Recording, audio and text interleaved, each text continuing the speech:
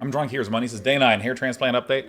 I might just remain bald because I was told my whole life when you start balding, it'll really make you feel real insecure.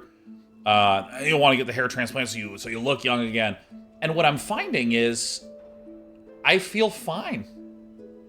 Having no hair feels great. And in a weird way, this is like my favorite story to tell. Once I shaved my head and started like really balding, I look like my grandpa. And I loved my grandpa. Oh my God. I mean, I was raised by a single mom, but in a lot of ways I was equally raised by my grandma, my grandpa. My grandpa was the greatest. He was amazing. He was a... All right, this is going to be a longer tangent. He just did whatever the fuck he wanted to in life, in a lot of ways. He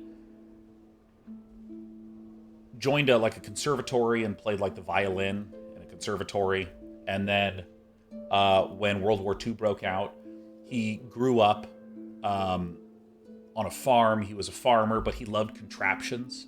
So when he was in his teens, he rigged electricity up in his house. When his family bought a car and bought equipment, it would get delivered on a train, and they would take the equipment off, and you had to build the tractor or build the car right there and drive it there, or drive it back to your farm. So he was always into gadgets, and when they got crop dusting planes, he would fly the plane over there. So then when World War II broke out, he was a fighter. Oh, what is it? It was a flight instrument trainer. So he would train pilots to use, the new gadgetry to fly planes in World War II. Because my grandparents lived an insanely long time. They both died at 99. So yeah, my grandpa was born in 1917, and my grandmother was born in 1919.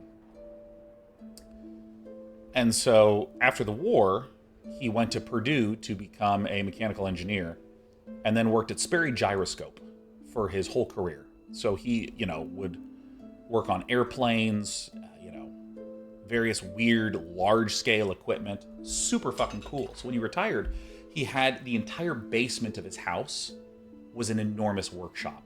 Because I grew up in Kansas, and in Kansas, I think you're required by law to have a basement under the house because there's tornadoes, so you need a place to go to for shelter. So he just turned this entire basement into the most elaborate, badass workshop, and he was constantly just doing projects. He wanted a nice lawn, so he just built an entire sprinkler system from scratch. Got all the raw pipes, glued them all together, built the control systems with the chipsets. He thought that he wanted more ability to fiddle with his, if there were issues with the lawnmowers or things like this. He wanted an easier way to get it into his shop, so he bored an entire hole through the center of the house. So when you'd go into the garage, there would be this elevator that he built, so you could drive the fucking lawnmower up there, and it would go and go into his basement. And then during the winter, it would go, and you'd pull up to the attic and then leave it there. And God, I remember as a kid, my mom would work, so she would drop us off at Grandma and Grandpa's place. And, Grandpa was my father figure growing up. And so my grandpa, I always wanted to do whatever he was doing. And he would be like, all right, Sean, I want you to sit here, and I want you to help me with my work, okay? Now, you got to be really focused. You got to help me with this work. Here's what I want you to do. And he would give me a long 2x4 of wood with nails and be like, I need you to nail these in a really straight line, and you need to make sure that the distance between them is exactly 1 inch. So I'd be like, okay, Grandpa, fucking shove nails into a piece of wood with nothing. It wasn't fucking attached to anything. He's just making me hammer nails into a block of wood, right? But he'd look and he'd go, oh, yeah, no, see how this is a little down? You got to pull it out and you got to reinsert it. You got to be really, really precise. And so he got me into just doing, like, really precise shit that didn't fucking matter. He didn't give you a ruler? Oh, no, he absolutely gave me a ruler. But I'm 6, so I have the motor control of a drunk penguin. And probably the intellect that's a little less than that. So, of course, I'm fucking up, right? And, you know, because he had this huge workshop, when he would basically get up in the morning and go down and work until dinner time and be done.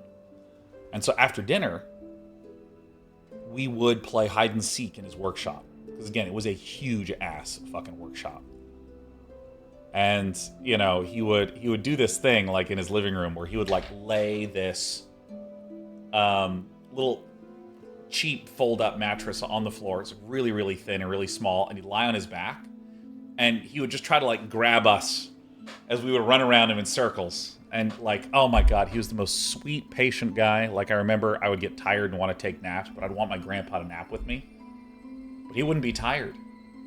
So he would just sit there and just let me sleep for an hour and just not move and just sit there. Just a sweet, wonderful, fucking goofy man. All my goofiness I got from that guy. Ugh. Yeah, my grandparents passed away, maybe.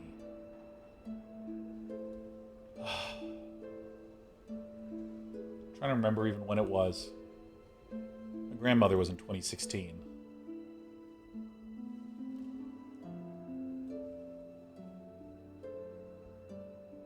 Yeah. And it was just, you know, there's that little part of you that's really sad when someone you love deeply passes away. And then you start to feel better and better. Not like I'm happy that it happened, but you know, you start to be at peace with it. And you know, you stop thinking about it all the time. And then you start going bald. And you know, I did the shit where I didn't actually understand that I was balding. I was just like, oh, that's kind of thin. Oh, whatever. I'm going to play video games. You don't think a lot about your hair when you're in a game of Dota. But then, you know, I was like, okay, I need to start shaving this, because this is kind of becoming a mess. So I shave it. And then I shave it and I look in the mirror and I'm like, that's what Grandpa looked like. And it's one of the strangest things that